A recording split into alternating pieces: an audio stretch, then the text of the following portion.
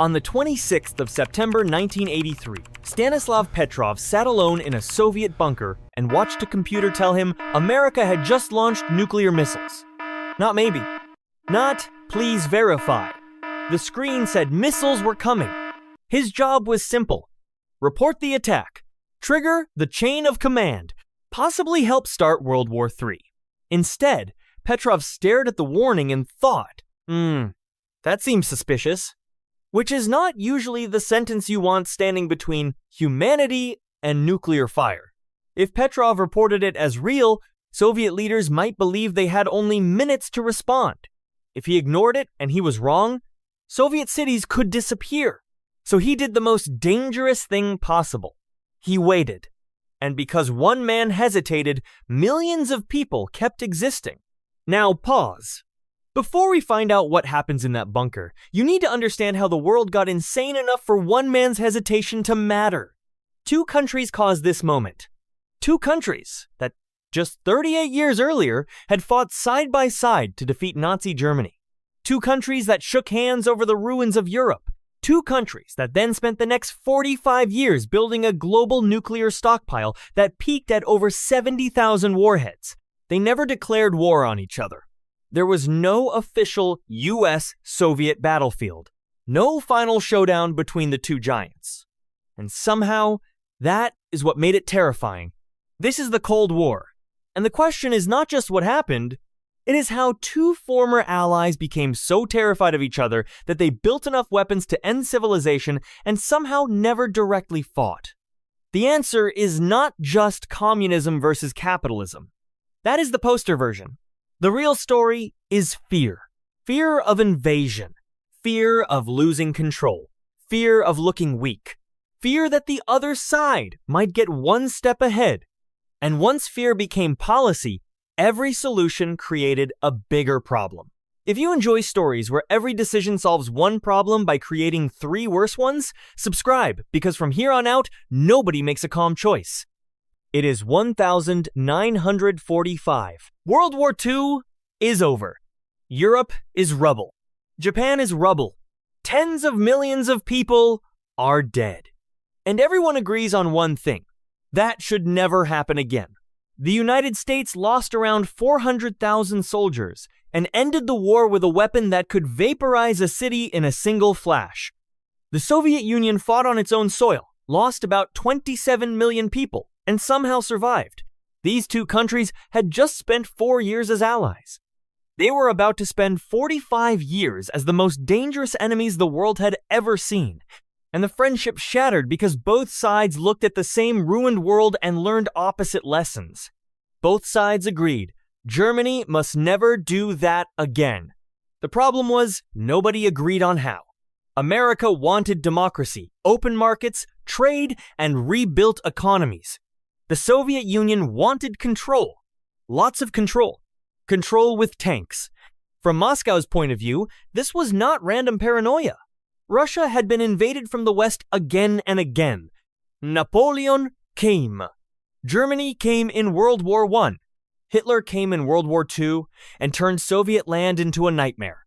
So Stalin looked at Eastern Europe and basically said, I would like a giant cushion made of countries. Poland, Hungary, Romania, Bulgaria, East Germany. Officially, they were independent.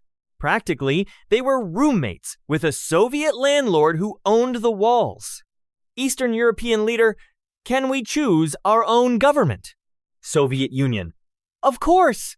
Eastern European leader, really? Soviet Union, as long as you choose correctly. This solved one Soviet problem, security. Unfortunately, it created a much bigger American problem, expansion. To America, Soviet control over Eastern Europe looked like communism spreading by force. So America responded with containment. Containment meant stopping communism from spreading, even when that meant supporting some very ugly choices. It turned the entire world into an alarm system. Greece unstable? Alarm. Turkey under pressure? Alarm. A poor country somewhere has a revolution? Huge alarm.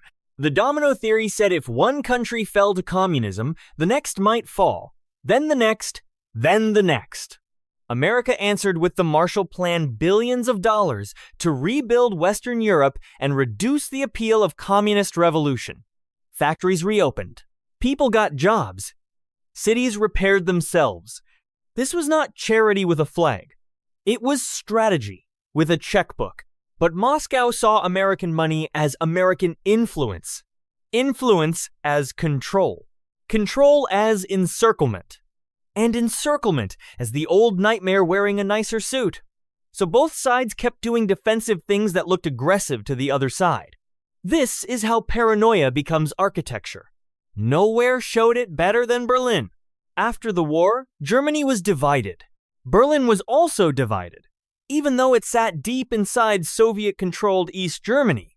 So West Berlin became a tiny, capitalist island surrounded by communist territory. A political fish tank. West Berlin. Hello, I am free and surrounded. Soviet Union. That is annoying. In 1948, Stalin blocked land access to West Berlin. No food. No qual.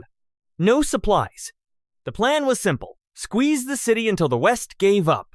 Instead, America and Britain launched the Berlin airlift. Planes flew in supplies again and again. Food. Fuel. Medicine. Coal. One plane landed.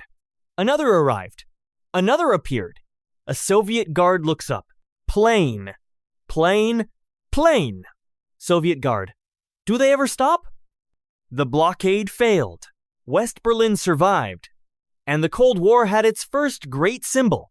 A divided city kept alive by airplanes. Then came the thing that made every crisis apocalyptic. In 1949, the Soviet Union tested its own atomic bomb. Now both sides could destroy cities. So naturally, both sides built bigger bombs. Because apparently the lesson of city-destroying weapons was, what if larger? The hydrogen bomb made atomic bombs look small. Now, war between superpowers did not just mean losing territory. It meant losing the future. But Cold War leaders developed a logic so terrifying it almost sounded smart. If both sides could destroy each other, maybe neither would attack. This became mutually assured destruction, abbreviated with beautiful accidental irony as MAD. It worked like this. You kill us. We kill you. Everyone dies. Please behave. And the worst part? It worked. Mostly. Which convinced everyone to keep doing it. More missiles. More bombers. More submarines. More warning systems. More acronyms. The old problem was invasion. The new problem was accidental extinction. And because direct war was too dangerous, the conflict needed somewhere else to go. So the Cold War left Europe and started setting the rest of the world on fire. Korea. 1,950. After World War II, Korea had been divided. North, communist, backed by the Soviets and later China.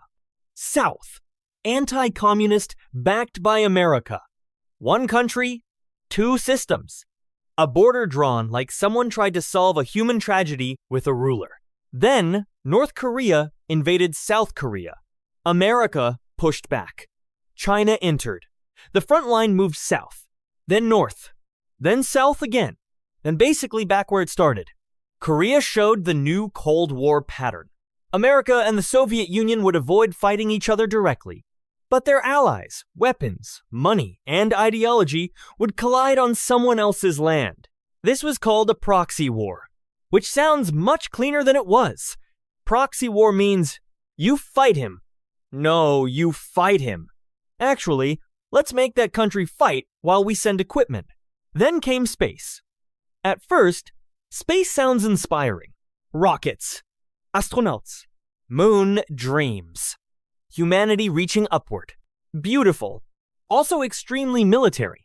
Because if you can launch a satellite into orbit, you might also launch a nuclear warhead across the planet. So when the Soviet Union launched Sputnik in 1957, Americans did not just say, wow, science. They said, oh no, communist metal ball. The space race was pride, science, propaganda, education, missile technology, and national panic wearing a helmet. Meanwhile, the spy world got ridiculous. Kabi. Microfilm. Secret drops. Hidden microphones. Fake rocks.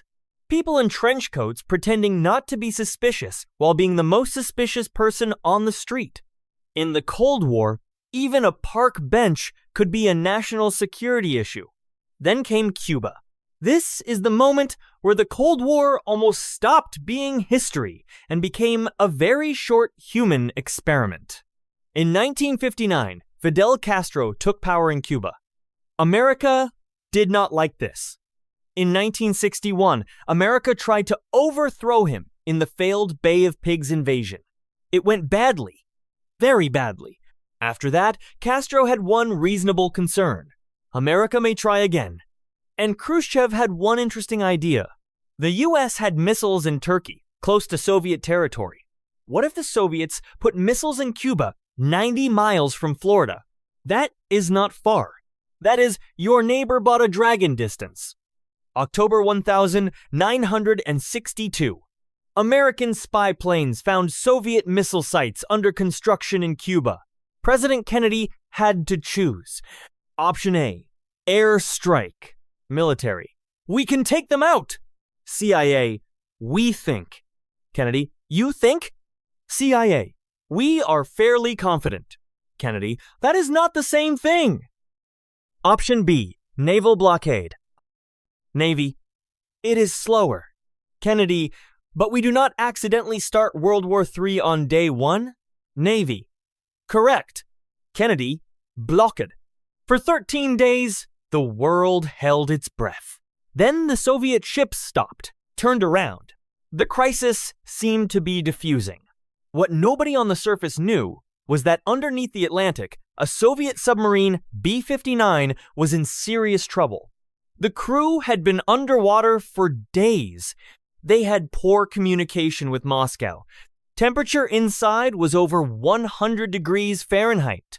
The captain believed, because of the explosions around them, that war may have already started. He ordered the nuclear torpedo prepared. The captain, yes. The political officer, yes. The third officer, Vasily Arkhipov, said no. He argued. He held his ground. He did not move his hand. The torpedo was not fired. Vasily Arkhipov is not famous enough. There is no global holiday for him. He is the man who did not do something. And that non-action may be one of the most important decisions of the 20th century. Cuba ended with a deal. The Soviets removed missiles from Cuba. The US promised not to invade Cuba and later removed missiles from Turkey. Everyone called it a win. Everyone also probably needed a drink. But the Cold War did not end. It mutated. Vietnam became America's trap. America believed if Vietnam fell to communism, the whole region might follow. Domino theory again. But Vietnam was not just a Cold War game piece. It had its own history. Colonialism, nationalism, civil war. People who did not wake up every morning thinking, I hope my country becomes a metaphor in an American strategy meeting. Advisors. Then troops. Then more troops. Then bombs. The plan kept changing. But the promise stayed the same. Just a little more time. Just a little more force. The plan worked just enough to keep failing. America eventually withdrew. South Vietnam fell in 1975. The lesson was brutal. A superpower can win battles and still lose the story. Then the Soviet Union found its own trap in Afghanistan. In 1979, Soviet forces invaded to support a friendly communist government. They expected control. Instead, they got mountains, guerrilla resistance, outside support for Afghan fighters, and a war that drained money, morale, and legitimacy. Soviet soldier. Where is the front line? For the Soviet Union, Afghanistan became what Vietnam had been for America. A war that was supposed to prove strength, but revealed weakness. But the most dangerous moment almost nobody talks about came in November 1983. President Reagan had called the Soviet Union the evil empire. He had announced a missile defense idea that Soviet leaders feared might one day weaken their ability to retaliate. To Americans, it sounded like defense. To the Soviets, it sounded like America trying to escape MAD. And if one side could escape MAD, the other side might feel pressure to strike before it was too late. That is how Cold War logic worked. Even defense could look like preparation for attack. Then, NATO ran a military exercise called Able Archer 83. It simulated nuclear war procedures. The Soviets feared it might be cover for a real attack. Their forces went on alert. Aircraft prepared.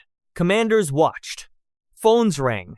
Later, Western leaders learned that Soviet fear had been much more serious than they realized. Reports from inside the Soviet system helped show that Moscow was not bluffing.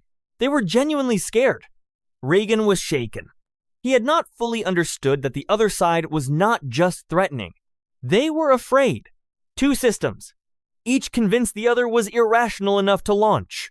Each acting more aggressively to avoid being attacked first. Each making the other more certain that an attack was coming. And underneath all of it, enough nuclear weapons to end civilization many times over. So how did we get out? The Cold War ended because the Soviet Union did not lose one final battle. It lost the ability to keep pretending the system was working. That matters. No American tank rolled into Moscow. No dramatic surrender ceremony. No final boss fight. The end came through exhaustion. Economic strain. Afghanistan draining money and confidence. Restless satellite states. Restless republics. And a reformer who opened a door that could not be closed again. In 1985, Mikhail Gorbachev became leader of the Soviet Union. He was not a wild revolutionary. He was more like a repairman walking into a burning factory with a polite smile and a toolbox. He wanted to save the Soviet system, not destroy it. His reforms had two famous names: Glasnost, openness. Perestroika, restructuring. The idea was simple. Let people speak more honestly. Make the economy work better. Modernize before the system rotted. That made sense. It also created a monster. Because once people could speak more openly, they did not just say, maybe the factory needs new paint. They said, why is the whole factory on fire? Worker, so we can criticize problems now? Government, carefully. Worker, the whole system is a problem. Government, less carefully than that. In Eastern Europe, satellite states began moving. Poland challenged communist rule. Hungary opened its border. Czechoslovakia pushed back. East Germans protested. People were tired of being told history had solved everything while grocery shelves disagreed. Then came the 9th of November, 1989. The East German government, confused and under pressure, announced that citizens could cross the Berlin Wall. The guards had no clear orders. The crowds came. The system blinked. And people crossed. Picture a family in East Berlin. A father, a mother, two teenagers. They have lived their whole lives 200 meters from a wall they were never allowed to touch. Tonight, they walk through the checkpoint for the first time. On the other side, West Berlin. The same city, a different world. The father buys a banana, something difficult to get in East Germany. He holds it in both hands like an artifact from another civilization. Because, in that moment, it is. By midnight, people were standing on the wall itself, smashing it with hammers. Concrete that had divided a city, a continent, and an idea for 28 years came apart piece by piece. By 1991, the Soviet Union dissolved. One giant red superpower cracked into 15 independent countries. The Cold War was over, except for the parts that were not. The nuclear weapons did not disappear. Korea is still divided. Afghanistan, Vietnam, Cuba, Eastern Europe, and many other places lived with consequences long after the superpowers moved on. And the old Cold War habit, seeing the world as a contest between fear and control, did not vanish overnight. That is the part people often miss. The Cold War was not just two leaders glaring across a table. It was millions of ordinary people pulled into someone else's fear. A Korean family divided by a border. A Vietnamese farmer watching helicopters cross the sky. An Afghan villager living inside a war funded by capitals he would never visit. A Soviet worker standing in line while the state built missiles. An American child hiding under a school desk during a nuclear drill, as if wood could negotiate with physics. Go back to the bunker. The 26th of September, 1983. 4 minutes on the clock. Stanislav Petrov, alone, watching 5 missile icons that do not exist. Why did he decide the computer was wrong? He later said it was instinct. One launch did not make sense. If America were really attacking, they would not send 5 missiles. They would send everything. But he was not sure. He was never sure. He made a judgment call in minutes, knowing it might be the worst mistake in history. He was not celebrated at the time. He was not treated like a hero. He retired in relative obscurity. The Cold War was a 50-year contest between 2 superpowers. But civilization survived it not because the system was wise. The system was insane. Civilization survived because, again and again, someone paused. Kennedy chose blockade before bombs. Khrushchev accepted a deal instead of escalation. Arkhipov did not move his hand. Petrov did not pick up the phone. Crowds in Berlin pushed through fear instead of accepting concrete forever. History does not have a neat category for people whose most important action was not doing something. But they are why you exist. The Cold War did not end because humans became wise. It ended because fear became too expensive, too unstable, and too exhausting to hold the world together. Both sides wanted security, but the more security they chased, the more danger they created. They built walls. They built weapons.